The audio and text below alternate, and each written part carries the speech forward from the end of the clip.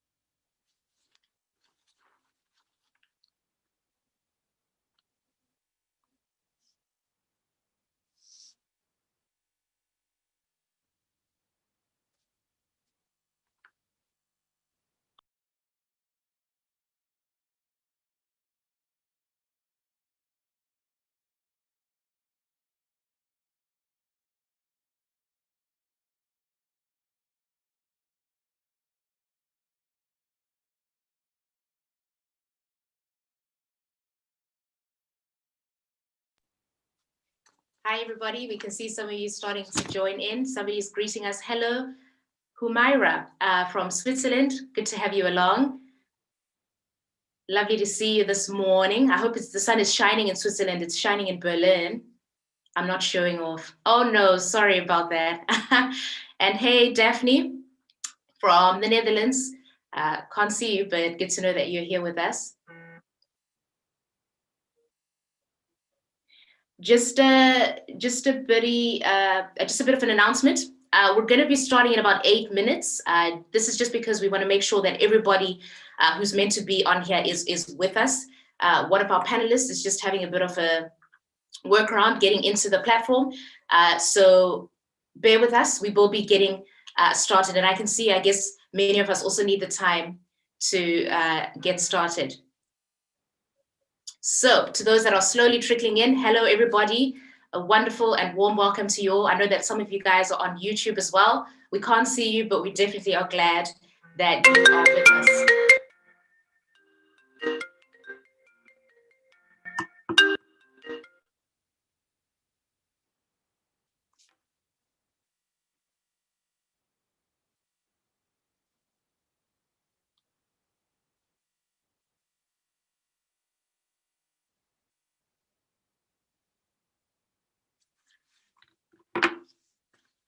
Righty.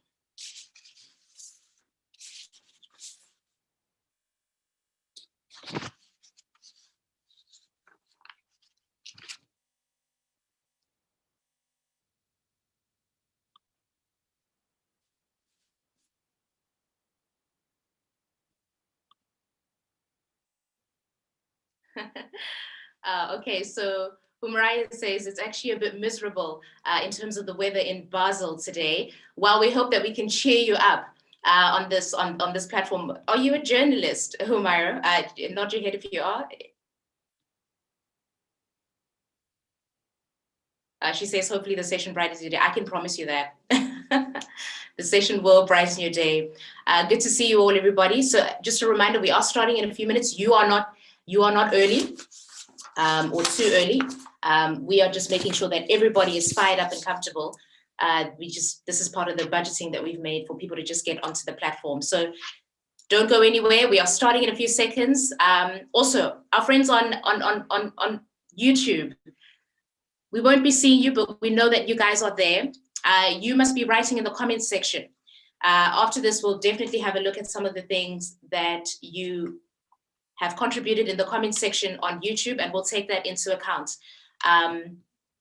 So please don't feel neglected at any point in this conversation. Those who are joining on YouTube, we know you're there, and we're excited about that. In the meantime, I'll just do some shout outs to those that I can see on the Zoom platform. Ivan, good to see you. He's turned off his video, but I saw you and nice to have you there. Mr. Yedali, good to see you there as well. Alexander, lovely to have you with us. Leonard, good to see you. Thank you all for joining, guys. Nicola, Idil, Nebojsa, wonderful. So good to be in your company.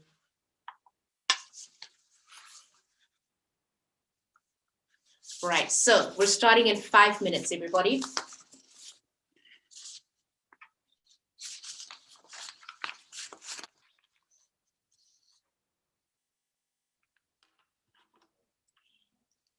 Hi, Nebojsa. Tell us where you're coming from.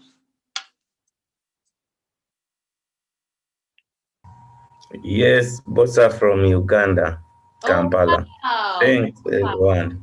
Good to see you. Good to see you there in Kampala. Good to I see mean, you all. those of you who are here, you can feel free to write in the chat and tell us where you're joining us from. That would be good for us to know. So Ivan's joining us from Kampala. Nebojsa is in Bosnia. Wonderful, wonderful, wonderful, wonderful. And Herzegovina, that's wonderful, wonderful. I wonder where everybody else is joining us from. That's really good.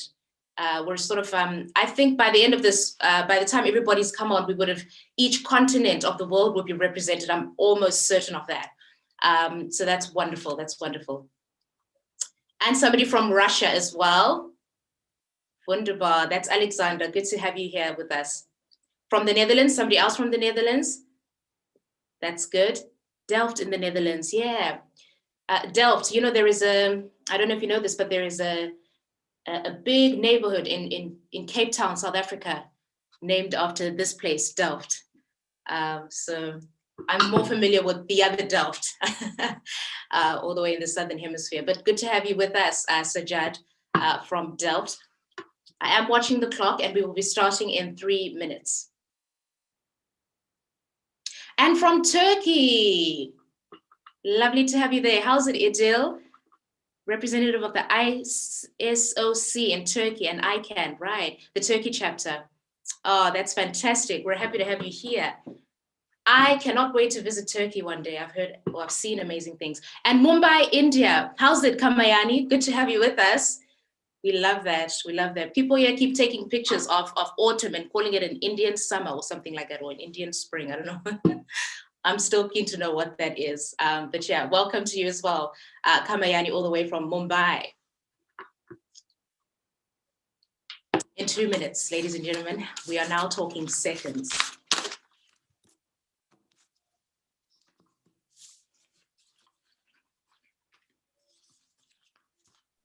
You're making it such a positive start of the morning. It's great. Well, I'm glad. I'm just really excited about all of this. I'm so excited. You know, we've been talking about this now for the last few weeks, and I am so glad the day is here. Because I'm really intrigued at some of the things that we're going to be talking about. Look, technology is so fast. I'm already linking up with people on LinkedIn, guys. People that are here. That is so cool. Let's do that. That's really cool. But yeah, I'm like this because I'm really excited about this conversation. I'm a journalist myself, one who could really do with a lot of help from you guys and everything that you guys know. So I'm really looking forward to this conversation. It's so meaningful and very thought-provoking. So I'm really glad you guys are here. It's going to be worth your while. A lot of planning's gone into this, and I know that it's gonna come through. So I'm glad that you are all here. And also, guys, those of you on YouTube, I might actually just log on to YouTube on my other device and check you guys out there, but I still wouldn't be able to see you anyway, but we're happy that you're here. whichever way that you've logged on. And now we're just going to the last minute. I'm just trying to see from my colleagues. We are waiting for one of our panelists who was having some trouble coming in. Let us see if she has now made it in. Nonetheless, we will begin, and I'm sure at some point in the conversation she can be introduced, but I will just wait for the go ahead.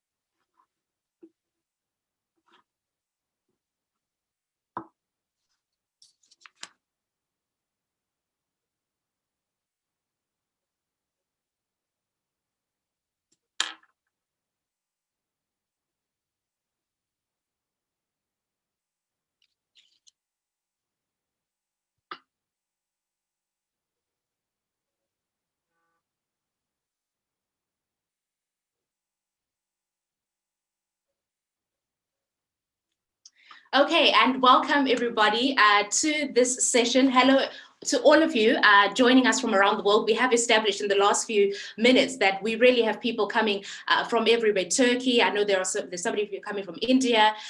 We have people as well coming from, I saw here in Europe, the Netherlands is well represented.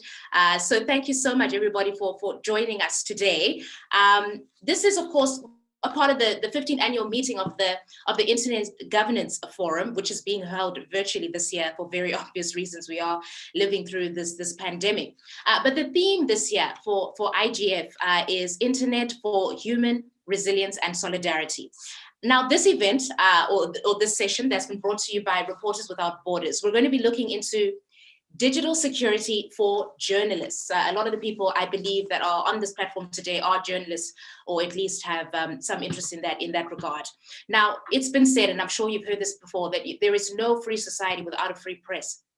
Now, today we're asking the questions, right? What tools and technologies exist to protect journalists from digital threats? Because that's a reality now, right? The digital threats that journalists are facing, and you're going to be hearing about some of those digital threats and how these can be secured. Now, what kind of regulation can be used to prevent human rights abuses against journalists in the digital security context? We're also looking at the current export control regimes of surveillance technology. Are these fit for purpose? And how can we prevent the sort of the fragmentation, if you will, of the open internet into different splinter-nets? Now, I'm your host today. My name is Christine Mundwa, and I'm here in Berlin, Germany. I'm a journalist with Deutsche Welle. And we are in good company, ladies and gentlemen. I'm going to introduce to you the people that are on the panel. And as I say their names, perhaps you guys can wave. We have Helena Berto Diaz. She is a journalist from Brazil, where she writes on women's rights. Helena, give everybody a wave. You're going to be hearing from her in a few seconds. Holmes Chan, he's a freelance journalist in Hong Kong, where he writes about culture, law, and politics. Holmes, give everybody a good sharp wave. There he is. We also have hey, you know what? I've introduced this, so I'll point out that Reporters Without Borders Germany actually has they've been running this traineeship program where they train journalists basically to protect themselves from digital threats. They get the skills that they needed. It's actually a program that's sponsored by the Berlin Senate Department for Economics, Energy, and Public Enterprise. And Holmes and Helena are fellows of that program. So I'll just point that out there. They've been learning a thing or two about how to protect themselves online from the digital threats, protect themselves and their work. So good to see you guys. We have, I'm not sure she's here yet. I'll just confirm that now. Gitte Jensen is one of our panelists today. She's a member of the German Parliament, where she heads the Committee on Human Rights and Humanitarian Aid. We're going to be hearing from her as well at some point in the conversation. And then we have Lisa Dittmer. I can see you, Lisa, give everybody a wave. She is Advocacy Officer for Internet Freedom at Reporters Without Borders Germany. So this is the company that you are in, ladies and gentlemen. We're going to be learning a lot from these people. Now, I just want to point out that we would like for you to be engaged in the conversation as we go along. So if you have a question at some point, right, write it in the chat. And what I'm going to try and do is, depending on where we are thematically in the conversation, I'll actually incorporate your question into the conversation. So unfortunately, our audience on YouTube, you're going to miss out on this part of it. But if you are on Zoom and a question does come to mind for one of the panelists, do indicate. I will be monitoring the chat as well as the team that is supporting me as well. And we'll try and bring those questions into the conversation as we go along thematically. So use that chat function. And then, of course, I just want to say to you that, you know, this is, of course, being held with all the decorum of the United Nations. You know what that all means. I was asked to give you notice of that. The session is being recorded. I will just, in terms of housekeeping, please keep your mics muted at all times. Make sure that your mic is muted. You're welcome to turn on your video, but keep your mics muted so that we won't be interrupted. At this stage, I just want our panelists to each just give you a bit of a word about the contribution that they will be making to the presentation today. And I'm going to start with Lisa. In a few words, tell us about your stake in this conversation, Lisa. Hi everyone, thanks so much for joining us early this morning. My stake here is to contribute a civil society perspective on some of the policy issues that really shape press freedom and freedom of expression right now. Obviously, Reporters Without Borders documents press freedom violations worldwide, but we also do policy work, and we want to be proactive in shaping the sort of structures and standards that we have online. Journalism happens more and more in the digital space, obviously, and we want to discuss that in a bit more depth later. Okay, Holmes. So my work as a journalist is to amplify the voices of the people from Hong Kong. And in order to do that, I have to navigate an increasingly tricky digital security landscape. And that's why I'm very interested in hearing about policy solutions or any potential directions that can make sure that we can safely communicate with vulnerable groups of people, especially politically vulnerable groups, and how we can safely bring their stories to our audiences. All right, thank you for that, Holmes. Helena? Good morning. I'll be talking about the digital attacks on journalists, mainly women journalists, on social media, and how we can start to prevent and deal with it. Okay, fantastic. We're looking forward to hearing that in terms of the solutions that are also part of that conversation. And last but certainly not least, at least for the moment, Andy.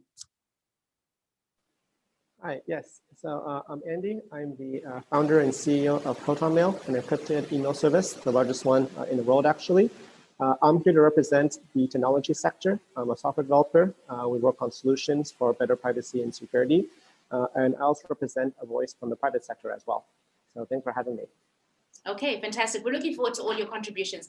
We do have one other panelist who will be joining us shortly. That is, I mentioned her, Gide Jense, the German member of parliament. She'll be assisting us in terms of helping us understand where the conversation is from a regulation perspective, right? How authorities are responding from a regulatory perspective and the discussion about state surveillance that's currently taking place. She will be joining us as soon as she comes on.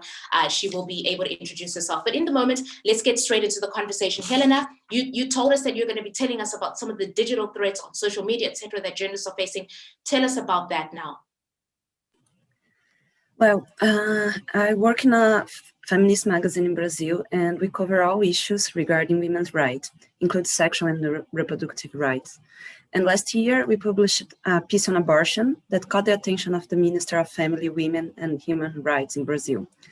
She tweeted about it, saying she would denounce us to justice for apology of the crime of abortion. And she did so, and the public ministry opened an investigation against that. But besides of the legal issue, the tweets she did, made by the minister, incentivate an arm of trolls to attack us. They published our personal data, home addresses, and threatened us, the journalists. We also suffered a DDoS attack that took our site down, which I learned in my fellowship in Reporters Without Borders is a common way of censorship that journalists suffer. And all that was really scary for us because we are an independent, small media, and we were not prepared to deal with it. But we survived, and we were forced to learn about digital security to protect ourselves. But what happened to us is really common, not only in Brazil, but all around the world, that a government agent that at the same time make a judicial attack on the press and a digital threat, publicizing the organization and making us a target of a troll attack. It happened this week in Brazil with a colleague of a fact-checking agency, Aos Fatos. And some media have also had their accounts invaded or taken down. And it's happening mainly to women journalists. The attacks have a very specific gender factor. They offend us, attack our reputation, make threats of rape or to our families, and create a general situation of fear. And this violence is digital. It's minimized as being online or not serious, but it's a real problem. A research of international women's media foundation showed that nearly 1/3 of male journalists consider leaving the profession due to online attacks. It's a lot, 1/3 of female journalists. And we have to remember, social media today is essential for the dissemination of information. And how can we, women and journalists in general, keep doing our jobs if we don't feel safe in the public debate arena? My cat, sorry. And of course, we can protect ourselves a bit. We can use two-factor authentication, encryption, and protect our data. But that's just one small part of the problem that we can face. And the other part is not up to us. And we are questioning, what can social media platforms do to stop these attacks? How can they create a safe environment for us? Right. Helena, you've quite elaborately laid out the situation there that many journalists are facing, the kinds of attacks that you are victim to. I think one of the things you're describing is what they call doxing, publishing people's personal information and allowing the public to basically troll journalists simply for doing their work. So you can imagine the kind of hostile environment people like Helena have had to work in. As I understand it, Helena, the government in Brazil has responded. So you ended off your statement by talking about what social media companies could do, but your government's actually done something by way of law in attempt to address this situation. Tell us about that attempt and what you make of it. So the threats journalists suffer are a problem that walks together with disinformation here in Brazil, fake news. So they have the same mechanic of happening, the use of bots and massive dissemination of threats and false information. And to deal with it, the Congress has been working on a law project called the Fake News Project, the Fake News Law. And it was supposed to be a regulation of what happens on social media platforms, what information and what people are sharing it. But despite of the good intentions, the project test has become something we are all afraid of, because it leaves almost all responsibility of judging which content and accounts will be taken out of the platforms to the platforms. And it has vague concepts. The process that are being built for moderation and communications with users are insufficient, and the project lacks mechanisms of transparency. We fear that the law can create a scenario that will threaten the freedom of expression in the country and become a violation of the rights of citizens. And it's a really complex situation, the debate about this law, because how can social media platforms be regulated without threatening freedom of expression?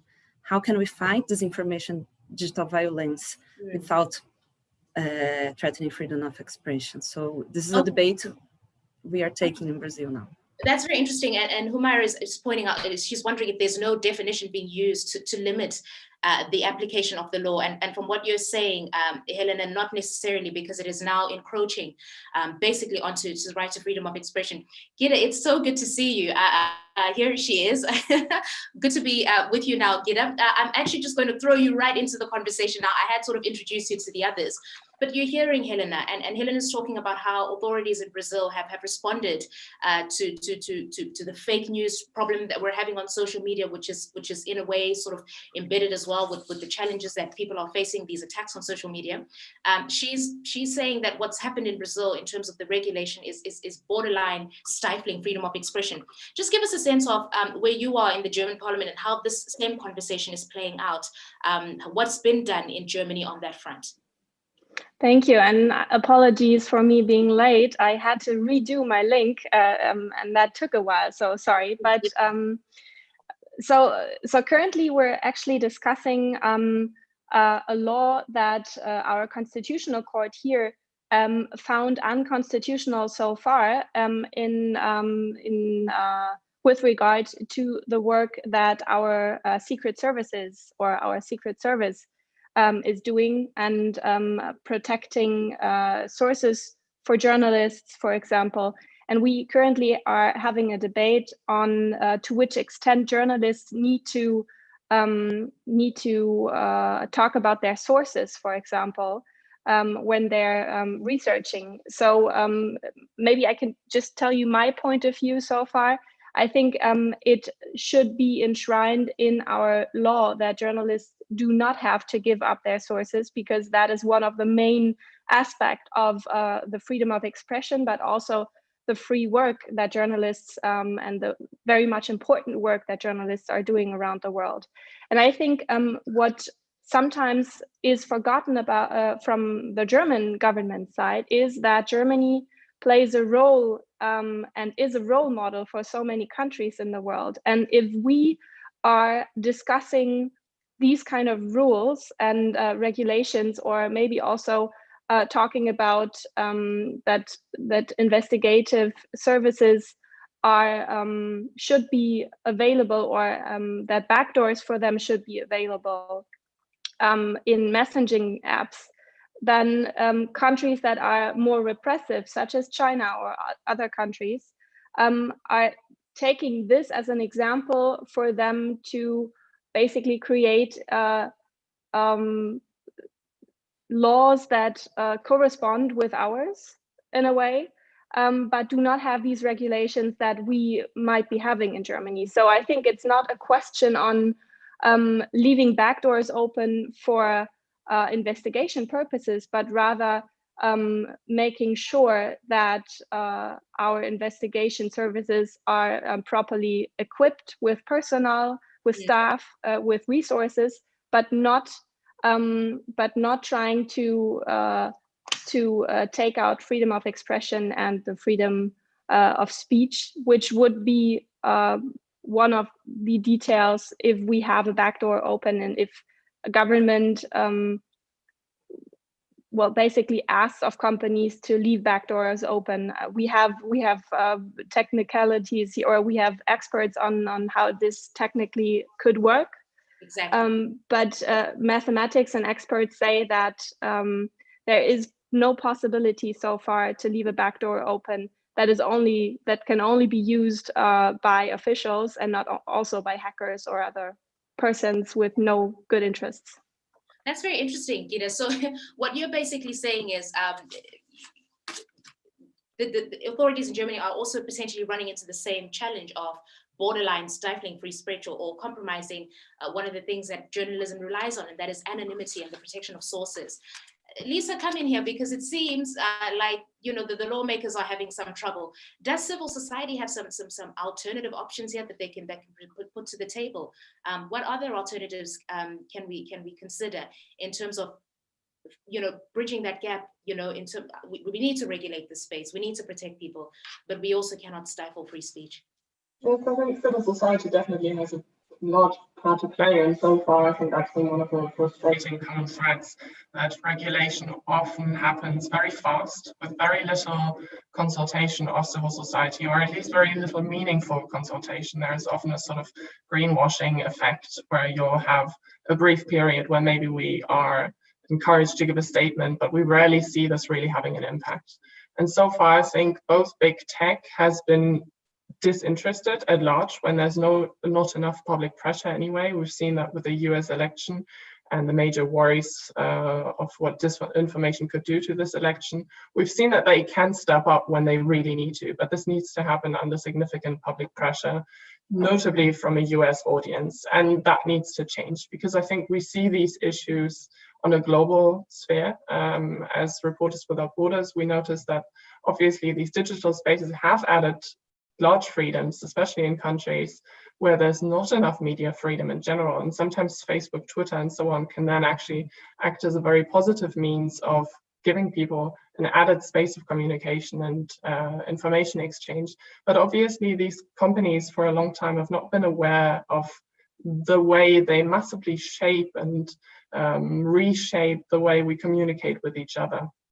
And they've certainly not done enough to protect human rights on these platforms. They often act with a sort of naive sense of bringing goodness to the world, but obviously we know that they're not doing enough now to really react to the realities of government pressures, especially when they're authoritarian in nature.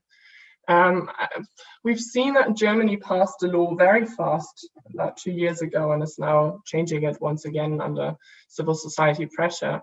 That was one of the first attempts after about 20 years of unchanged online regulation to recalibrate the balance between the self-regulation of big tech and government pressure.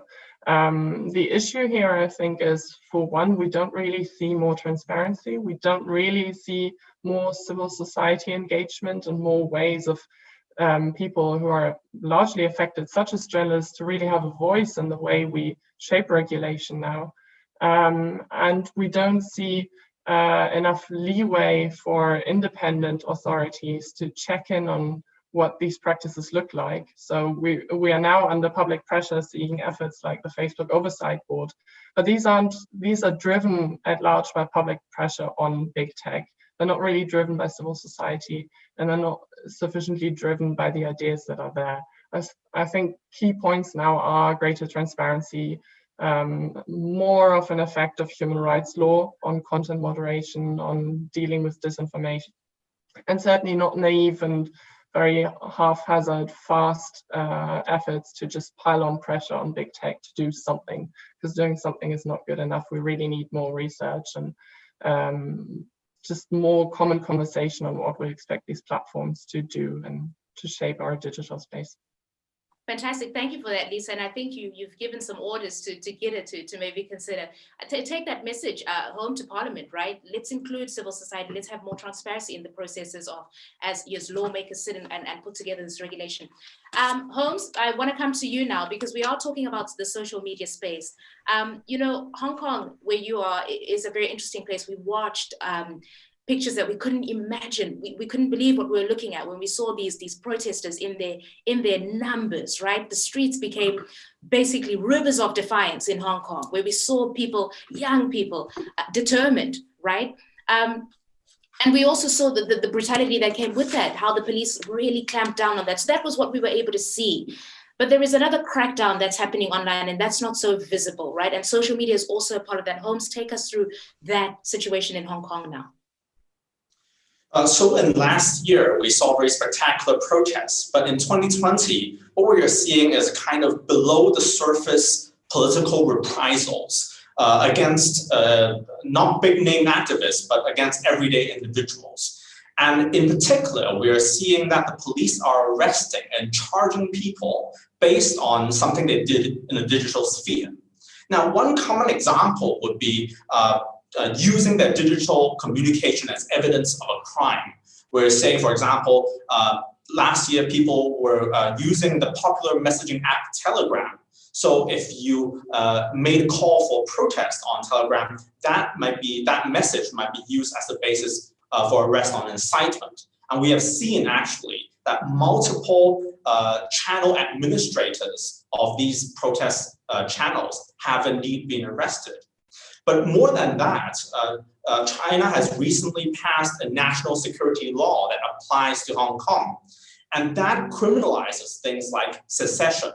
So this actually even broadens the scope of potential danger, because we're talking about not just digital communication, but also digital materials. So for example, if I drew this protest flyer or this protest poster, and I were to send it to somebody and to put it in a group or on social media, that too can form the basis of a crime. So from my view, as a perspective of a journalist, the first thing, of course, is I don't want to get my sources into trouble, because under the national security law, the maximum penalty is possibly life in prison.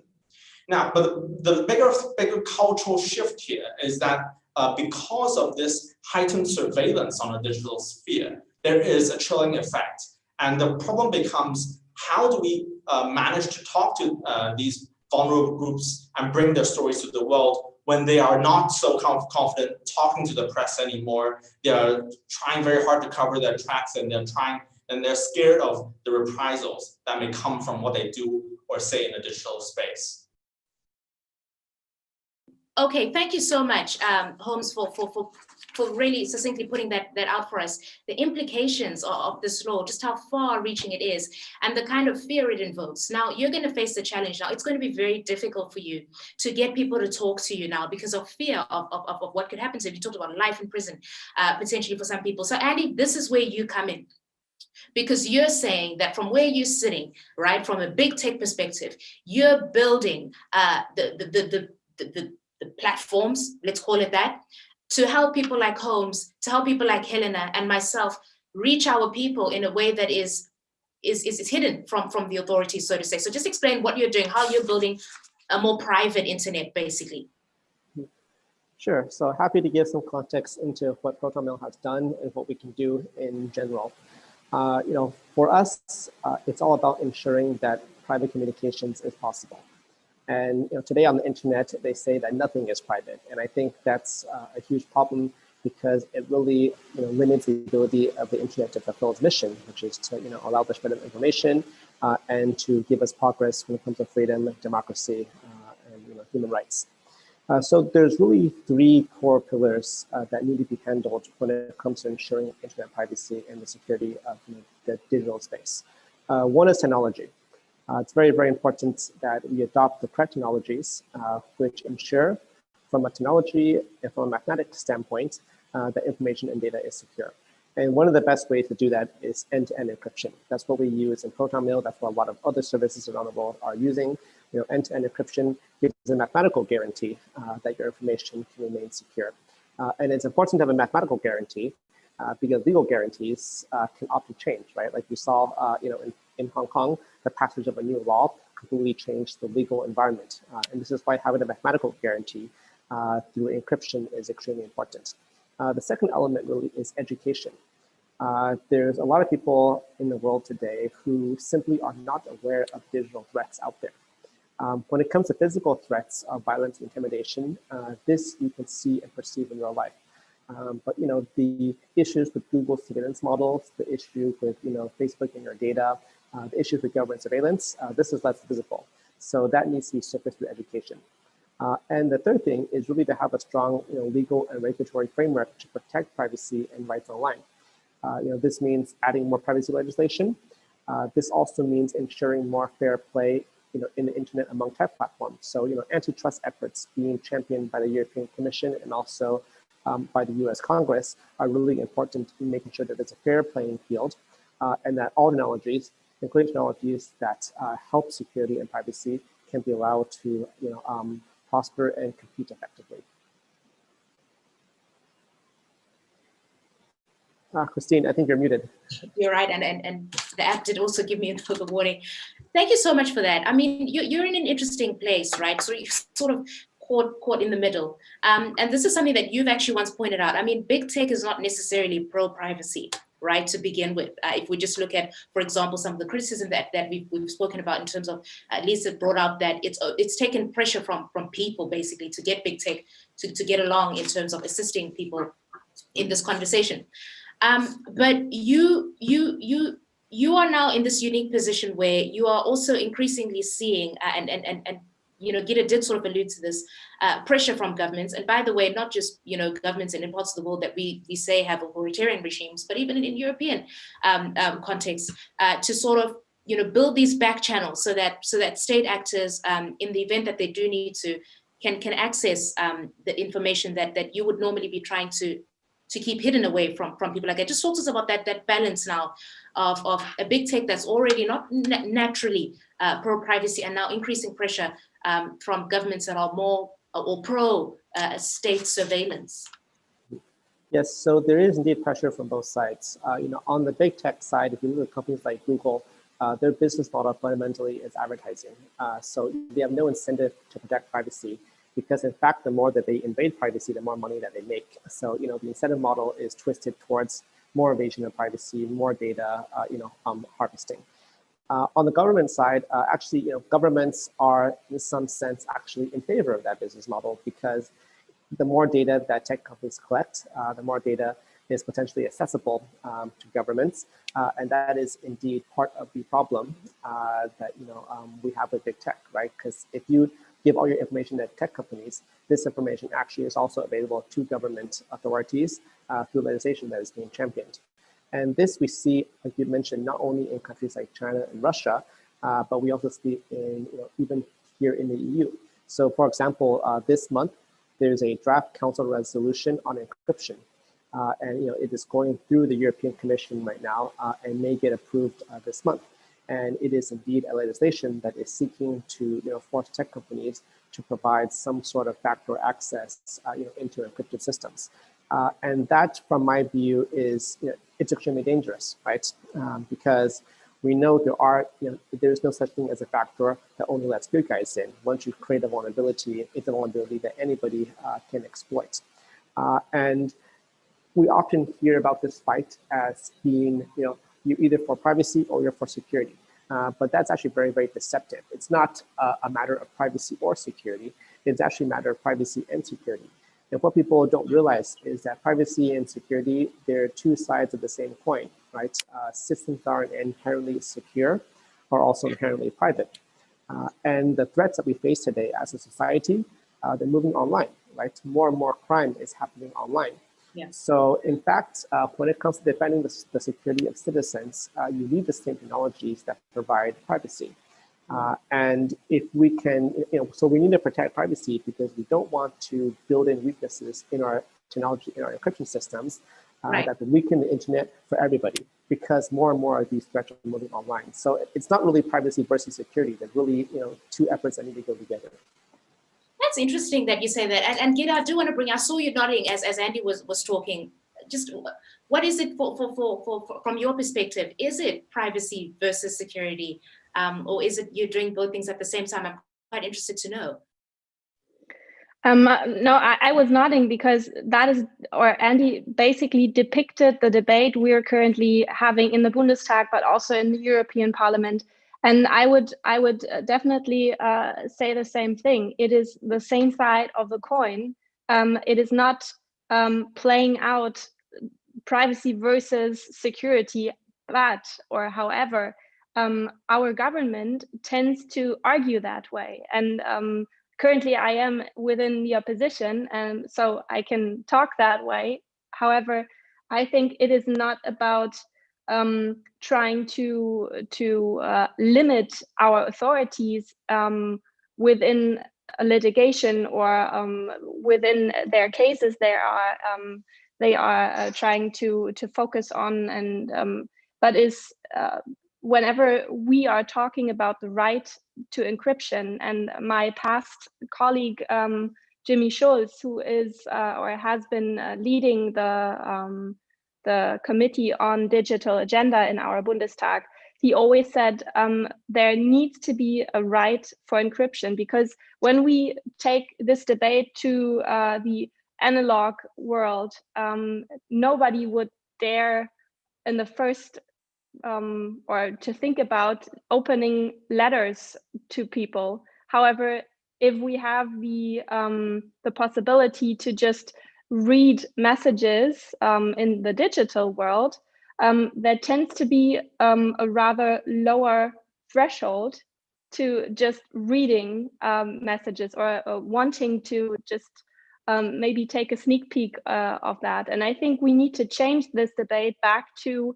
it is not normal for us, for authorities, to try to invade a personal space, which is also the digital space. I have also a right to privacy in the digital age. So I think it's more also a question on how old you are to reflecting that digital and real world or analog rights are the same. And I think the next generation, and some of us belong to this generation in the government sphere, but also from private sectors and civil society, need to remind politics, government, that this is the way we need to think and talk about. And it's not the 60s anymore, where we would be seeing when a letter has been opened. So there is no justification, in my opinion, to create backdoors that can be used by authorities, hackers, whomever, there need to be other ways to ensure that authorities can do their job, but also journalists and people can stay private and safe and do not have to disclose their sources. And this is what I'm fighting for alongside with other colleagues. But I think it's rather a question of mindset rather than just a question of how to address this topic. Mm. You know, that's thank you so much for that. And I think you have answered Ivan's question, because Ivan was basically asking why, you know, the EU is breaking end-to-end encryption today, that's been protecting journalists, how best can we prevent this? And I think the argument's been laid, right, in terms of governments prioritizing security, what they deem are, you know, what they need to protect countries against digital threats again. So it's that conversation about privacy and security. I guess I want to rope you in here, Lisa, to get just that civil society perspective, so you can see how this debate's going. Andy's told us these are two sides of the same coin, but from where you see it, is it, you know, privacy versus security? Yeah, I think it's a really worrying development that a whole generation has now basically grown up with this sort of false contradiction. It's always been quite clear that we have a basic and a human right to privacy, and that this needs to be protected. And the fact that we're now reframing this debate in line with the debates we're having about terrorism and new security, new internationalized security threats, that we're suddenly questioning this very right, and that it's not self-evident anymore that this should be a key right, and that this actually matters to protect our security, to protect everyone's security. And this isn't just a techie debate, this is really a broad societal debate that we ought to have. But what we see from a civil society point of view is that surveillance has become a sort of niche topic, just as digital rights are still seen as a niche topic by a lot of people. So we've grown way too used to being surveyed in a massive sense. The Snowden revelations have now gone past by 7 years, and many of the problems still exist. And if anything, it's very much in the nature of security departments and security services to want more powers. But we're not really seeing a debate over whether this is actually necessary. Just calling out terrorism as an international threat seems to be enough to call for more and more powers all the time, when we're not really checking in on, does this actually help security services even to do their job? I mean, it's a legitimate argument to have, but at least they need to really prove that they need these powers. What we've seen lately, and in line with the attacks that now caused this whole renewed debate about encryption, was that actually security services were overwhelmed by an information overflow, if anything. They had readily available information, but even they weren't able to effectively share these bits of information between different departments. And they failed to connect the dots. So if anything, having more powers to intrude on people's data would actually not have helped them in the first place. I think this is a key debate, but also I think we really need to renew that sense of outrage in people at large, and not just in journalists or in tech specialists or NGO specialists who work on these issues, but in society at large, over whether we want to have a right to privacy and whether we want to make sure that our rights are protected and not just our security interests. That's very interesting. So here's a suggestion there that more surveillance doesn't necessarily mean more security. Did I hear somebody who wanted to say something? Sorry, guys, I kind of missed out on that. Okay, I guess we can scroll down. I mean, Helena and Hanan, please don't feel at all as that you've been forgotten. Indicate if there is something that you want to contribute to the conversation at any point.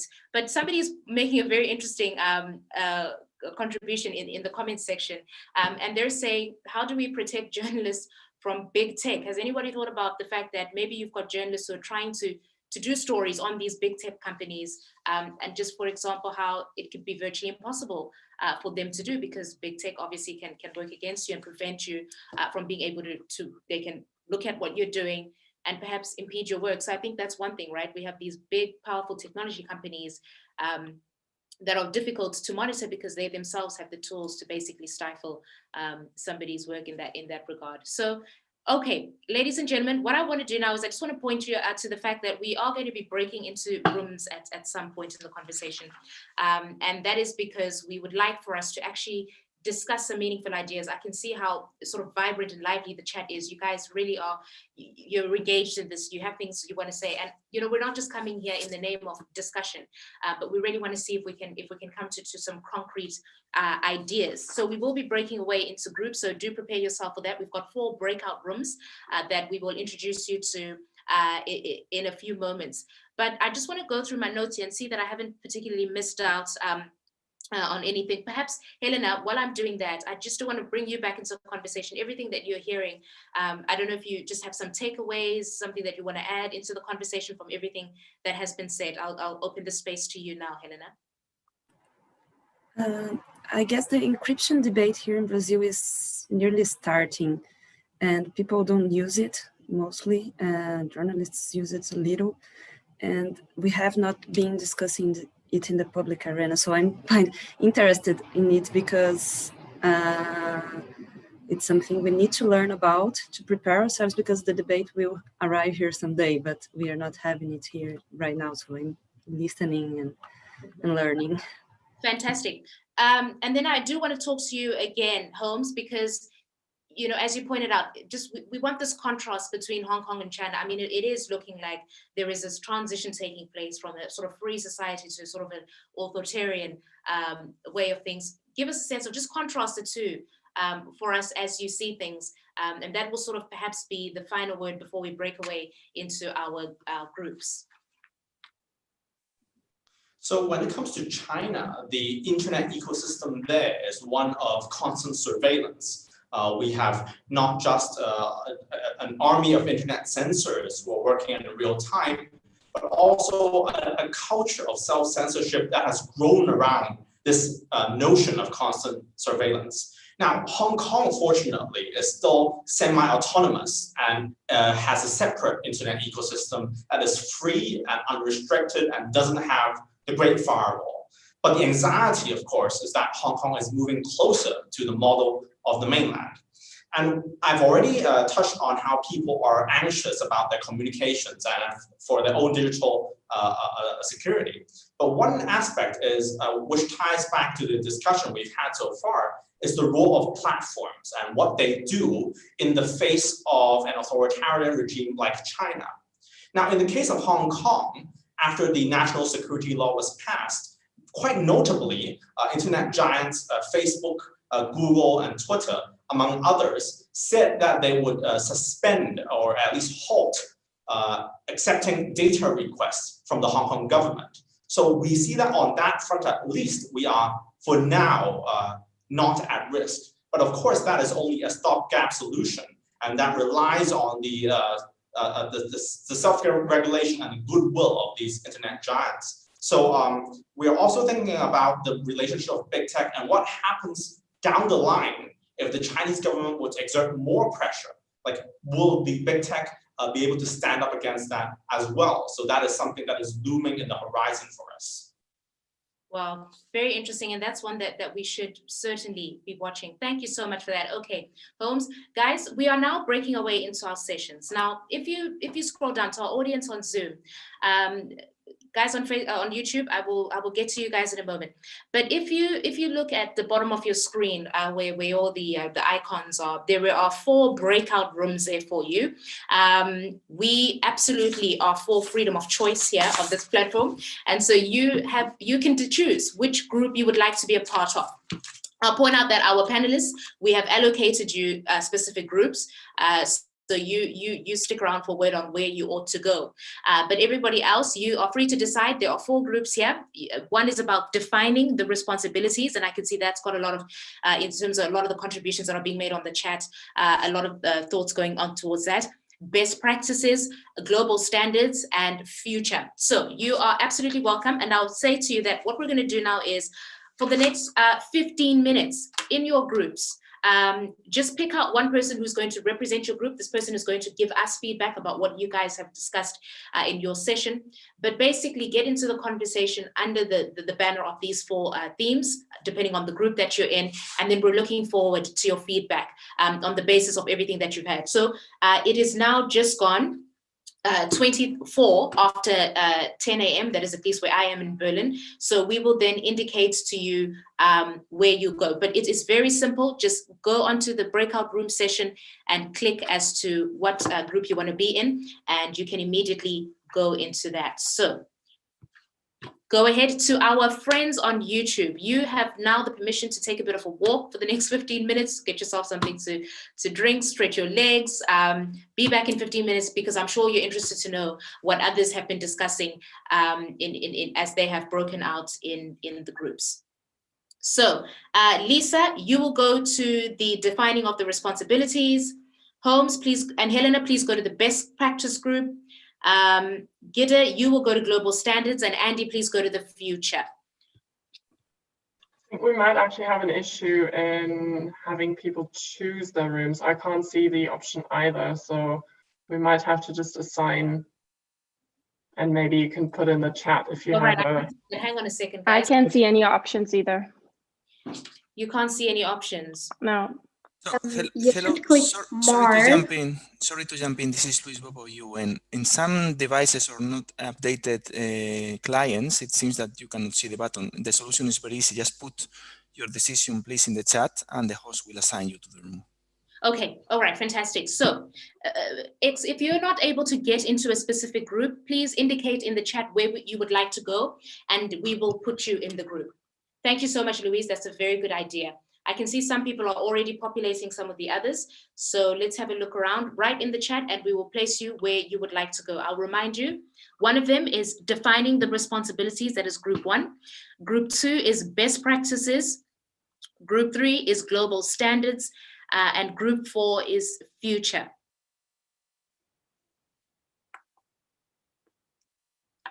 Lisa will be in group 1. She is going to the defining of the responsibilities. Helen and Holmes are going to be in group 2 when it comes to best practices. Gide will be in the global standards group, that is group 3. And Andy will be in group 4, that is the future. So I'm just watching the clock now. It's just approaching 1/2 the hour. So we'll come back at 1/4 to the hour.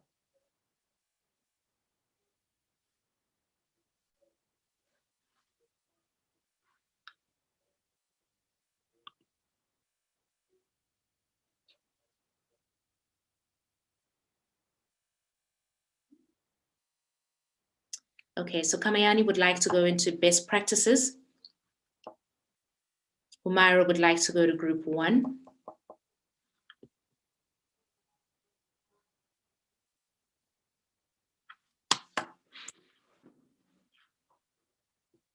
Idil as well would like to go to group 1. Okay, we need to add Holmes to the best practices as well.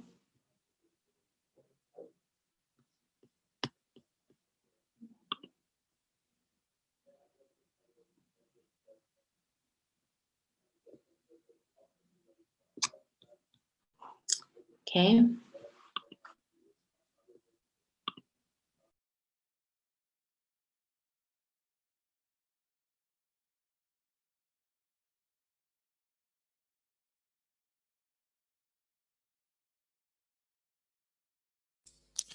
Apologize to jump in again. This is Luis from UN IGF. Just to again reclarify that the breakout rooms themselves are not captioned, not streamed, and not recorded, as in any on-site meeting would be in any case.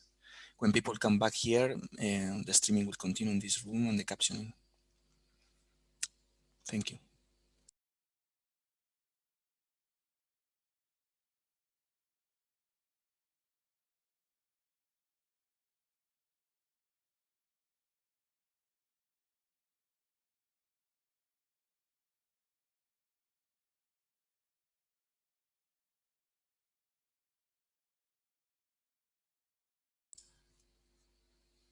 Apparently, you have Lisa Dittmer asking to be put in group 1.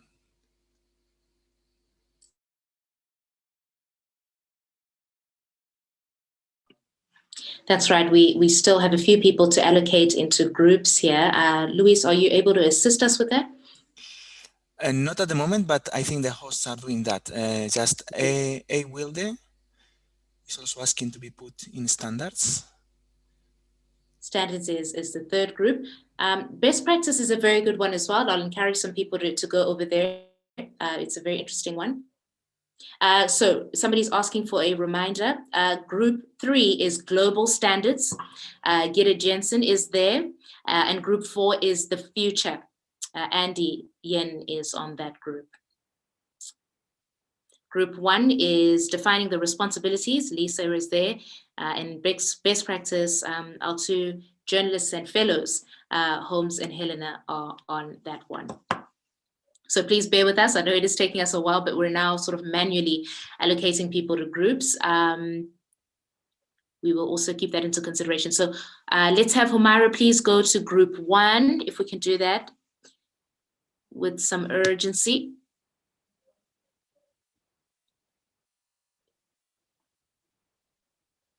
Leonard would like to go to group 3.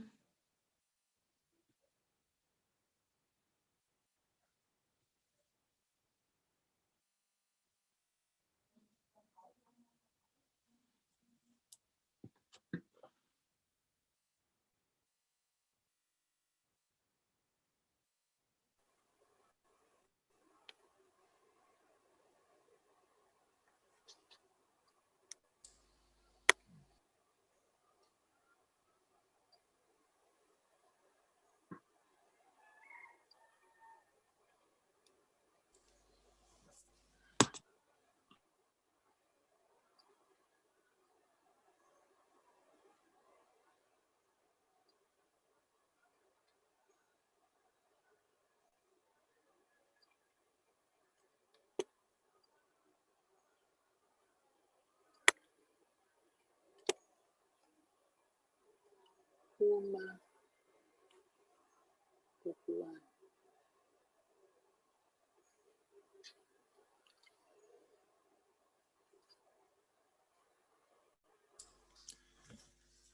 So Humaira and Idil in group 1, exactly, thank you. Who else?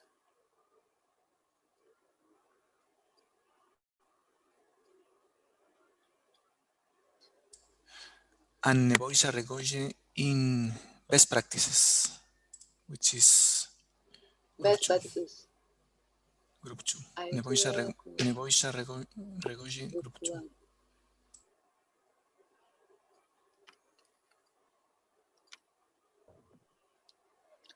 Best practices. Who wants to be in best practices? Neboisa Regoje.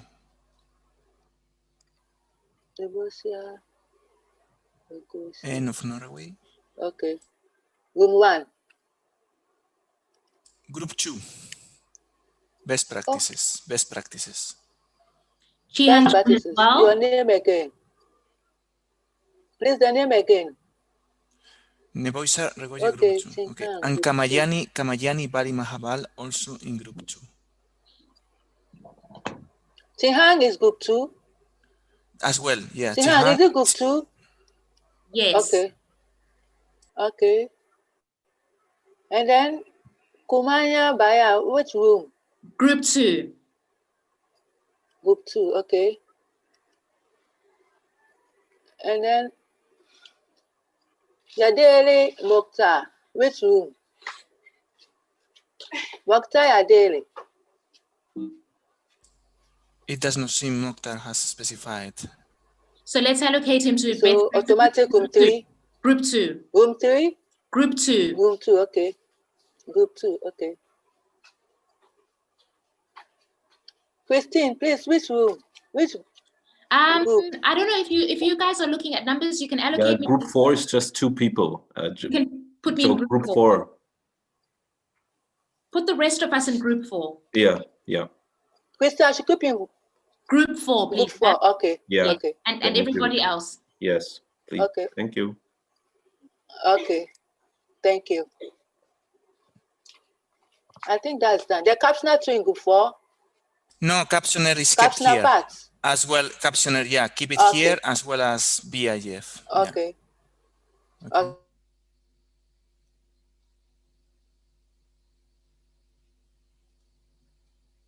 Okay, okay. That is done.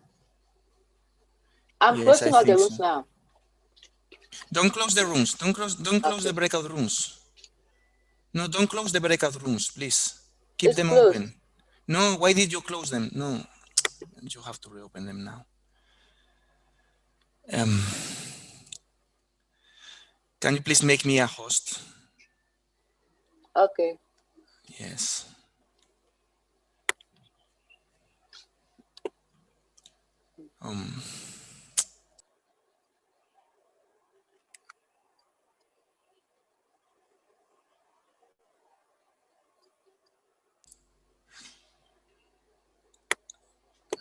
Apologize, everyone. Apologize. It seems that the rooms were closed by mistake. They should haven't been closed.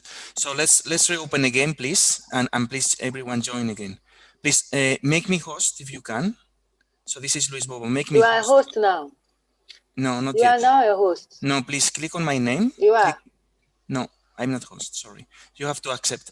Click on my name, Luis Bobo, and make me host, please.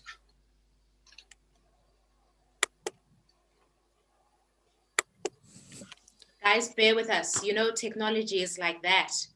We all have to be patient. When it works, it's amazing. But sometimes you get a few hiccups, but we're in good hands. The team is sorting us out. And Thank you. Now I'm host. You are a host. Yeah, let's start the breakout rooms again. Please, you should be able, most of you should be able to rejoin automatically. Sometimes the button is at the bottom, breakout room, join breakout room. And sometimes it's hidden behind a more button, but it's there. Some people only in some systems, Mac, or sometimes not updated, cannot see it, so we cannot update. But please try to join the rooms now and go there.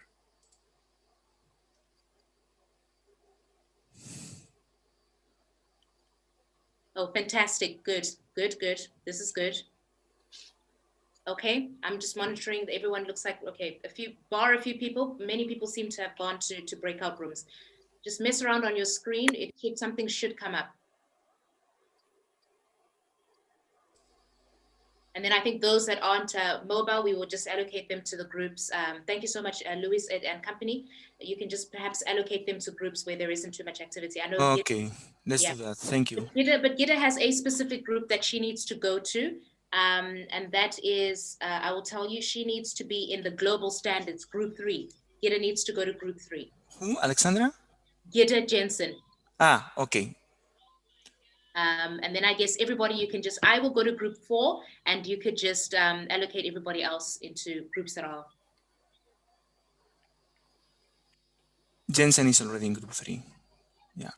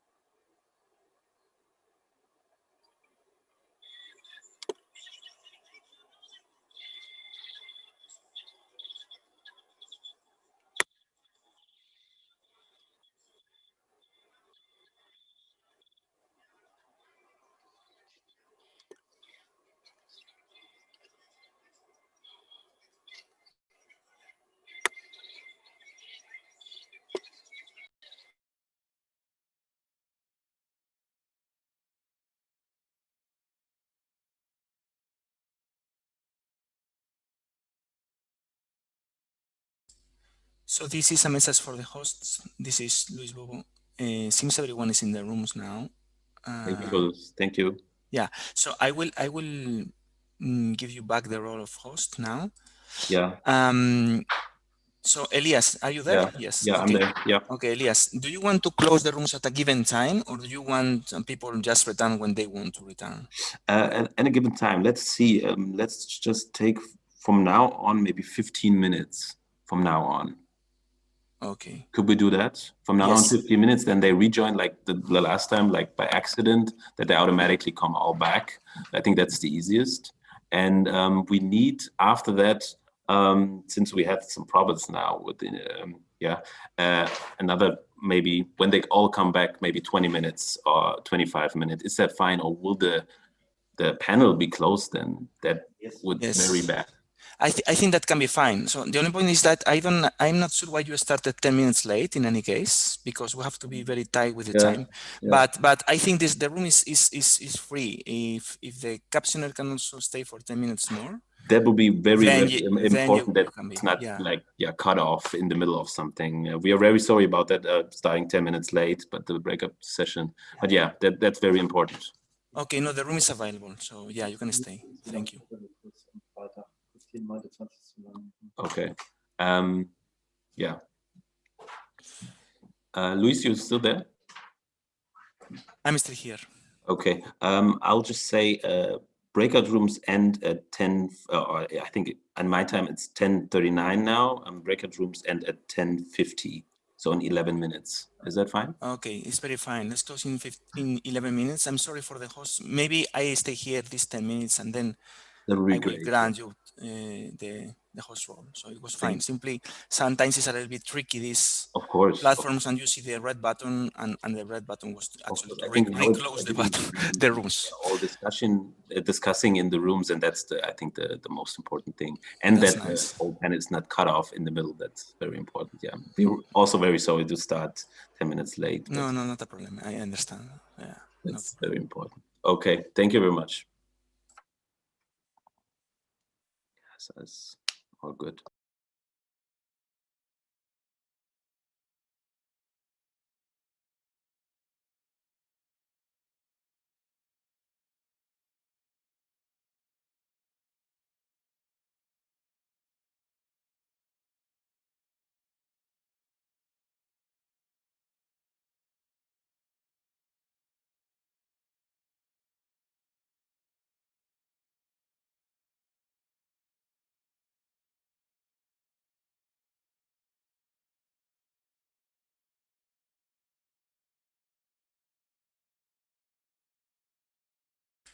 Just for your information, there are only 2 people now in the future, Andy and Christine.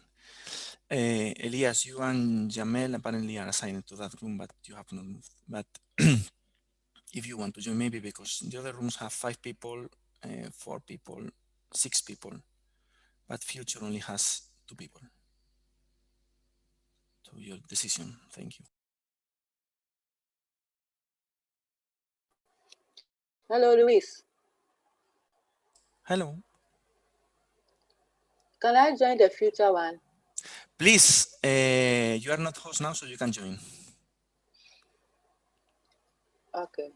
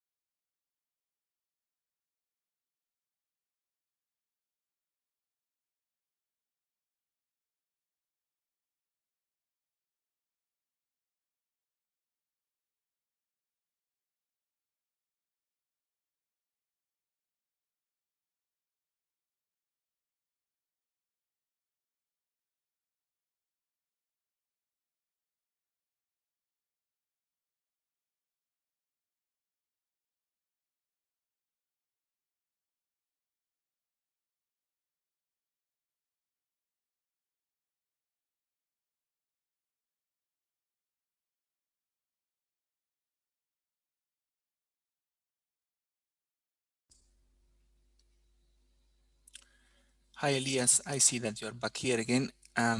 In 3 minutes, something like that, we can send like a broadcast message that the rooms will be closed 2 minutes afterwards.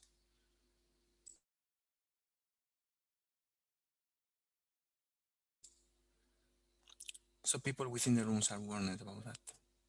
I'm back, sorry. Sorry, can you tell me again? I'm sorry. No, not a problem. I'm Okay. saying that in 3 minutes, something like that, we can broadcast a message to all the rooms that arrives in text, telling them that we would close the rooms 2 minutes afterwards so they can wrap up. So we joined all groups, and we posted there in the chat like at 10:50 it will close. So I think when you just start the countdown 1 minute before 50, they all know. Yes, just simply that helps for them to wrap Of course, yeah. If you can And do that, it would be great. Yeah, we will do that. It's possible to send like a broadcast message that arrives in text to the different Thank you. groups. Cool.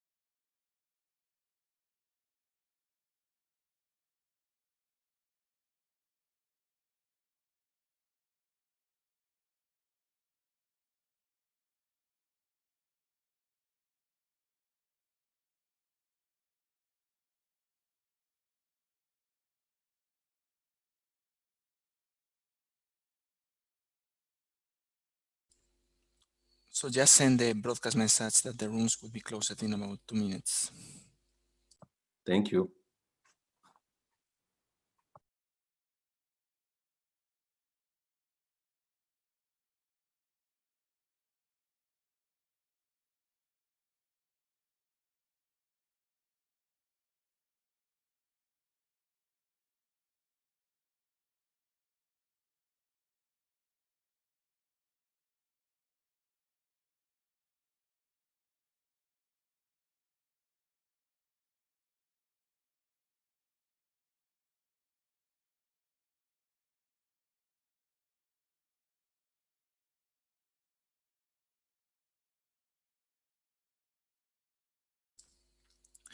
So we'll close the rooms now. This gives them 30 seconds more.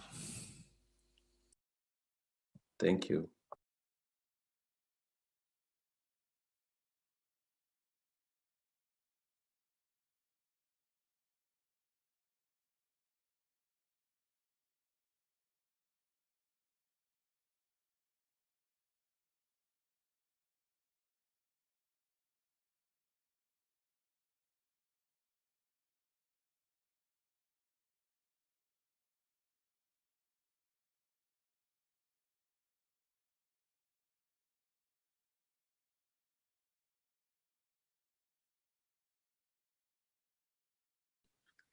Okay, we're back together again. I've missed you guys.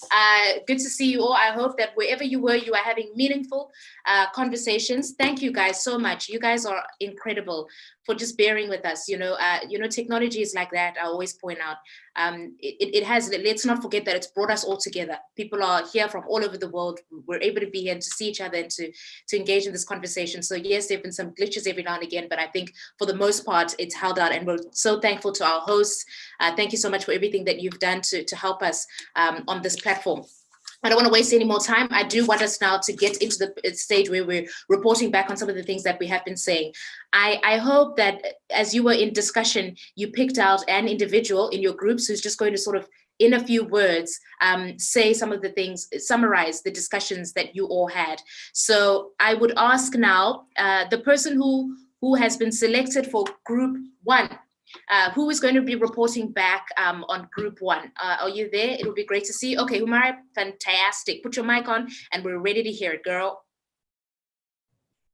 Hey, so what we started off with discussing, initially my proposal was, and I think it was quite evident in my chat as well, having very specific laws so that they're not too broad and therefore misused. So ensuring that journalists are carved out when there are specific privacy or encryption related acts, but that does not mean that I'm advocating for a pure protection for journalism when an individual as a journalist is also involved in a criminal capacity, for example, misuse of child pornography.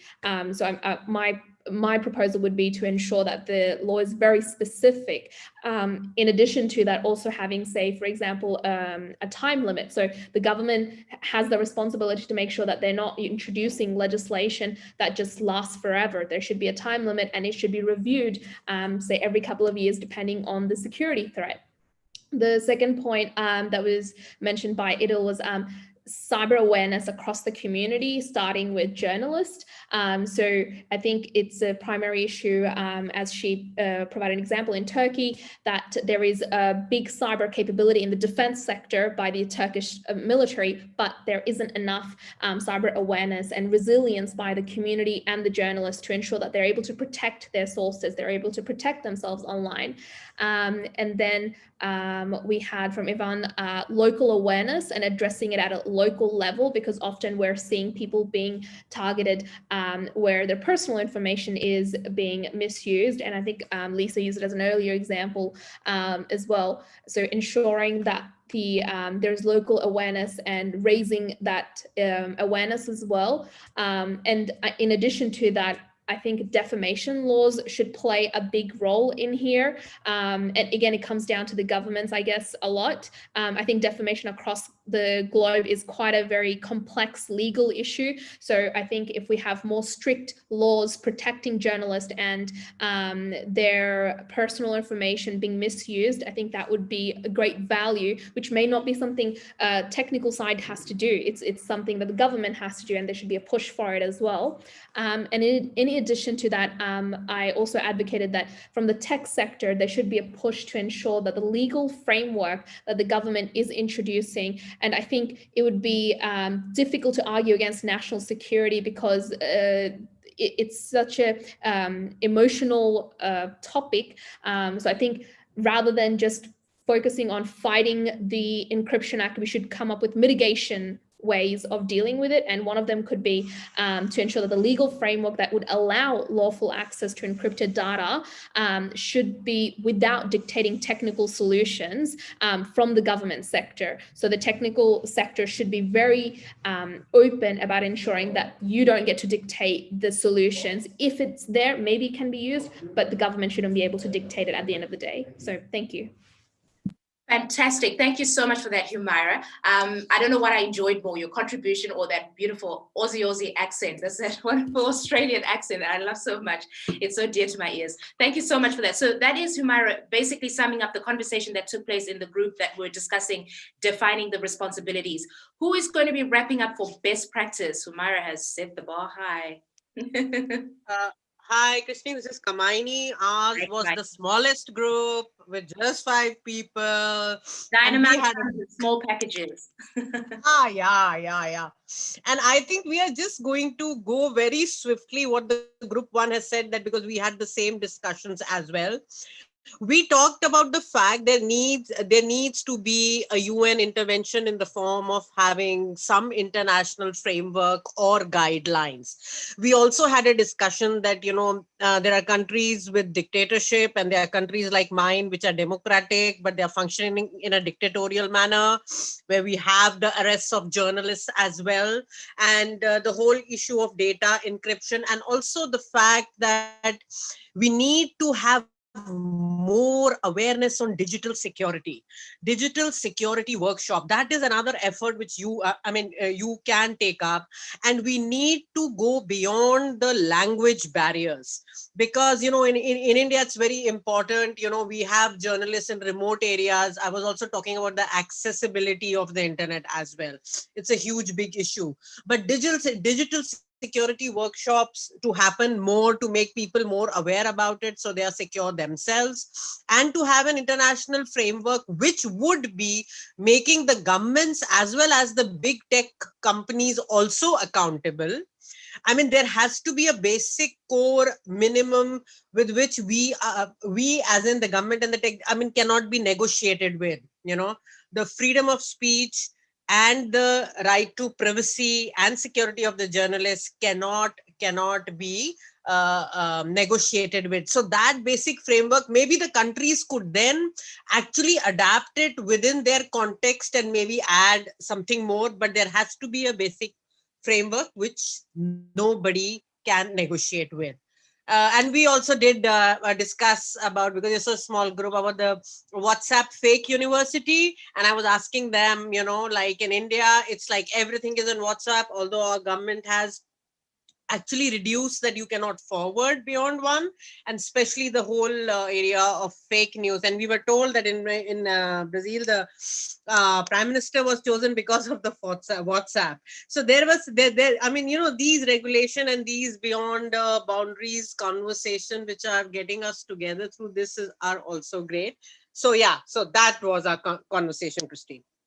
Fantastic. Thank you so much, Kamayani. I almost want to say, don't turn on your video, because your voice, you remind me of one of those, when you fall in love with the radio personality, you've never seen this person. I cannot put on my video. I was telling them it's so bad internet where I am. I'm just going to go out. It's fine. We will just have this. We will all have our picture of who you are, and we'll just remember that voice, Kamayani. Thank you so much for that. You talked about WhatsApp and the impact it has. I'm from Zimbabwe. I spent a lot of time in Johannesburg, South Africa as well. People get news on WhatsApp, especially on the African continent. We're increasingly seeing that, right? WhatsApp is the medium where people get their news, where people share ideas. It's how people mobilize. It's incredible what it is. Yeah, and Itil is also saying your voice is so energetic, Kamayani. So there's another one. It's not just me. Okay, so that was best practices from the small group, but we appreciate the big contribution that you all have made. Global standards.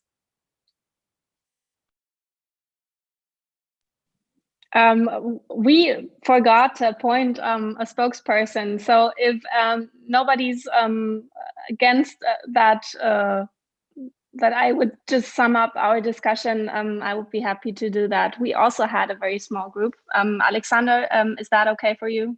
If I'm not hearing anything else, I can do it. Thumbs up from Lennart. Alexander says, okay. All right, perfect. Go ahead, honorable member. So I can perfectly add to what has been already said from other colleagues.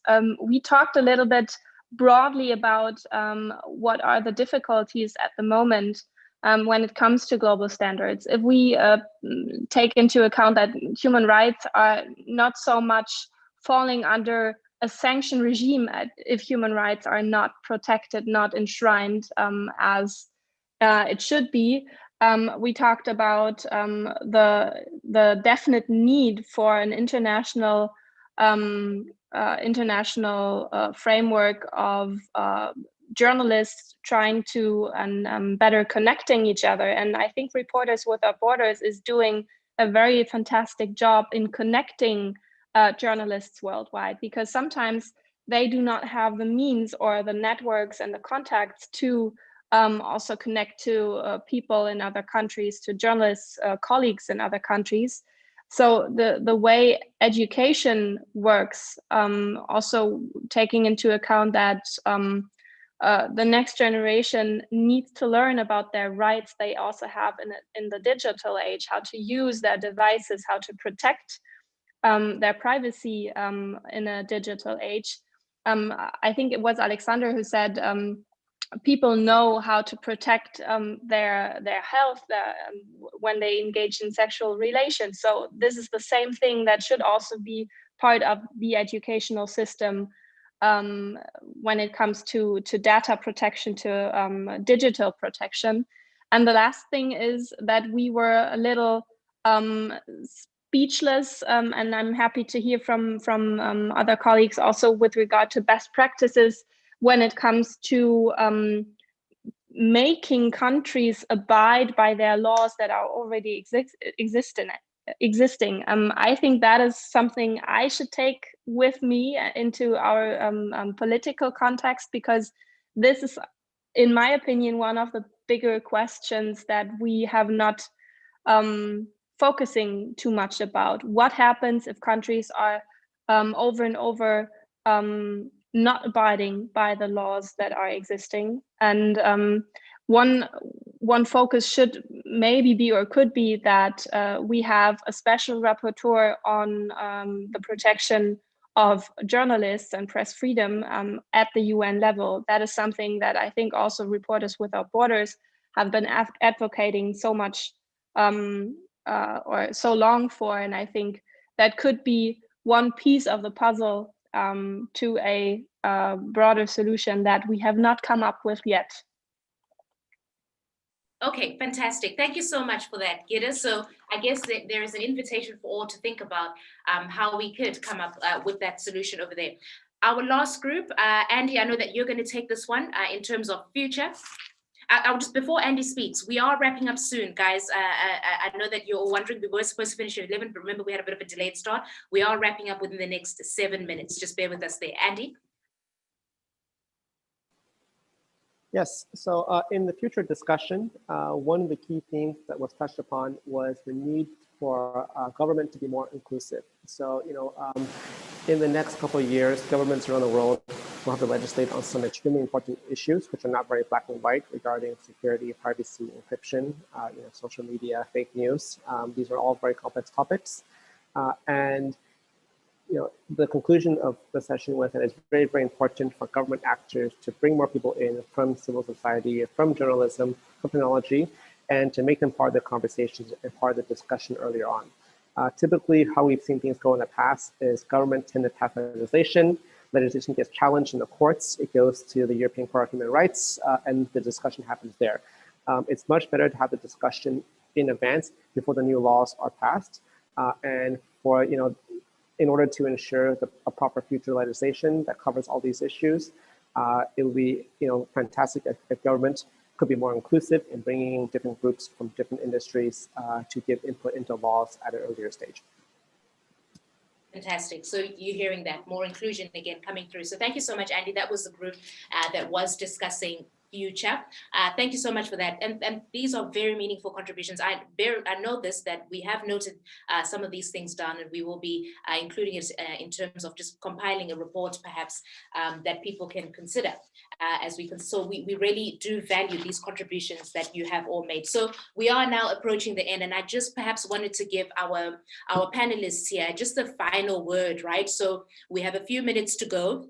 Helena, Lisa, Holmes, Andy, Gita, just your closing statements as we've had this conversation more broadly, and then we will of course be wrapping up. So just as remember when you introduced yourself, how short and sharp that was. I want the same thing now, and we will start.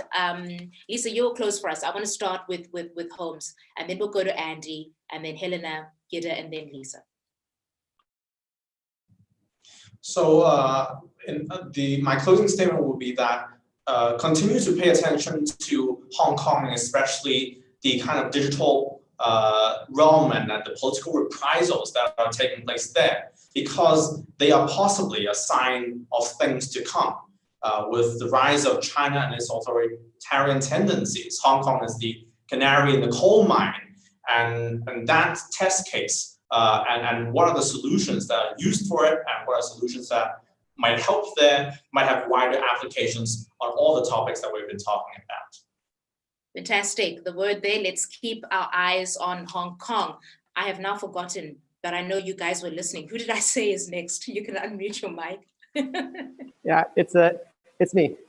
Yeah, so I think my closing statement is really that the next 5-10 years is going to be one of the most critical periods when it comes to determining the future of the internet. A lot of very, very important issues are being legislated and discussed right now. And the outcome of these discussions really will set the future path of how freedom, democracy develops in the digital era.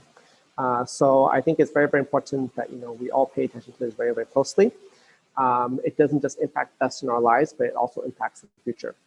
And we really only have one chance to get it right. If we get it wrong in this critical phase, the repercussions could last for decades. The discussion is not by any means black and white, and there's a lot of very nuanced and deep arguments here. So given the importance of the topic, I just want to reiterate the importance for everybody to be an active participant in building the future together. Okay, so we're in a critical phase. The decisions we make now will obviously go on to shape the future. Thank you so much for that timely reminder. And these conversations are important. Who is next? It's me. I guess these conversations are so important that we need to pay attention to the discussions that are happening in lawmaking in each country and in the international level, because it will affect our lives, it will affect the journalist work and democracy. So I guess we need to watch and have civil society participation in every law about the internet that are becoming to be discussed. All right, a message from Brazil there, where it's very early, and I'm so proud of you for staying awake, because I know it's super early where you are, Helena. Let's keep our eyes on those laws that are coming through, that regulation. Let's not take our eyes off of it. I now know the order. Gita, it's for you. Yeah, thank you very much. I think this is one of the bigger tasks for politics and politicians in the world, to connecting, talking about their existing legislation, but also taking into account how this existing legislation in European countries and democratic countries can be exploited by authoritarian regimes.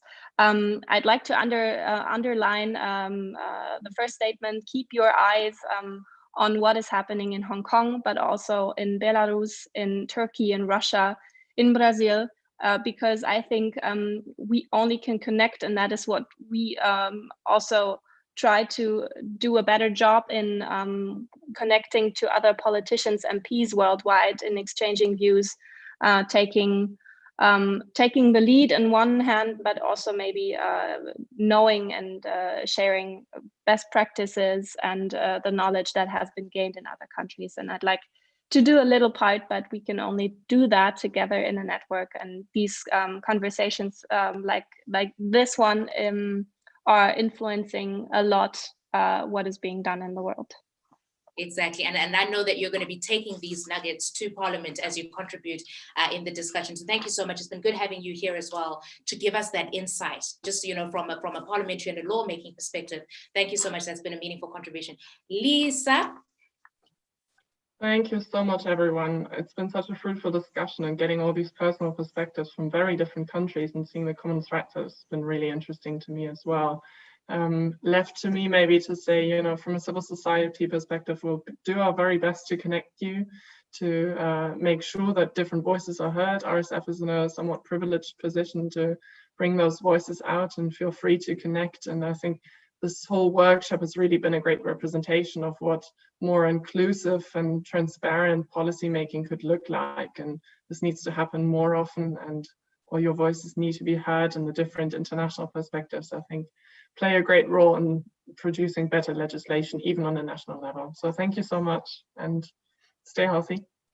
Yeah, and I'd like to extend that thank you to everybody who's been here. Thank you so much, guys, for taking part. It is indeed a workshop. We've worked, we've put our minds and heads to this. Thank you so much to our panelists.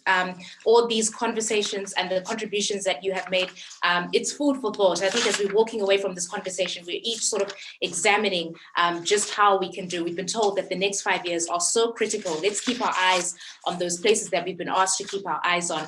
I just want to find my notes here so I can give a final thank you to everybody.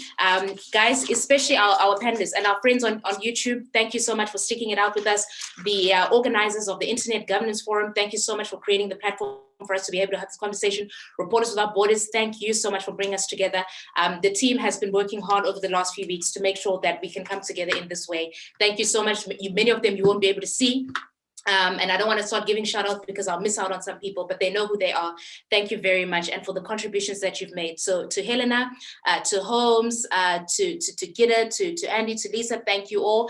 And to everybody who has been here, thank you. If I start listing all your names, we will not leave on time.